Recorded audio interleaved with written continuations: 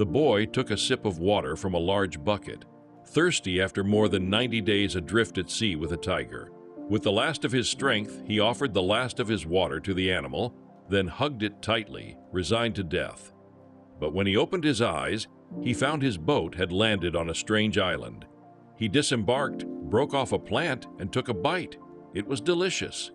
The entire island seemed like a giant feast served just for him. As he explored deeper, he heard a commotion. A group of small meerkats stood in a row at the edge of the pool, staring at him without fear or intent to attack.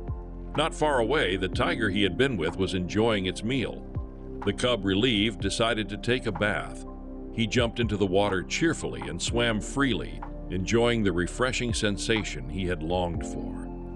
But as night fell, the atmosphere turned ominous. All the animals scrambled up the trees, frightened by something unseen. The boy joined them in resting in the tree, but soon noticed something strange. The once sweet water of the pond had turned into a strong acid, dissolving the animal carcasses floating on its surface. He picked a luminous flower and was shocked to find a human tooth inside its petals. It was then that he realized the island was no safe place. The next day, he packed enough food into the boat with the tiger, then quickly left the mysterious island.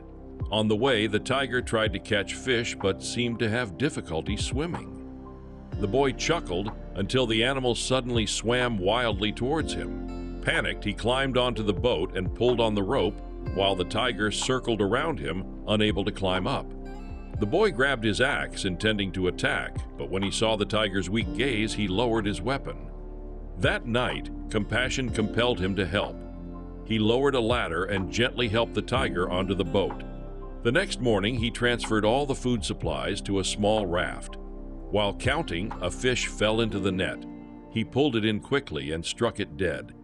Tears welled in his eyes. It was the first time he had ever killed a living creature. He then threw the fish to the tiger, who promptly devoured it. Day after day, they remained like that, until finally land appeared. However, the child's body was already very weak. When the boat pulled ashore, the tiger disembarked and walked straight into the forest without even looking back. The child could only watch its back disappear into the trees, then cry alone. And now the question is, what would you do if you were stranded in the ocean with a tiger like him?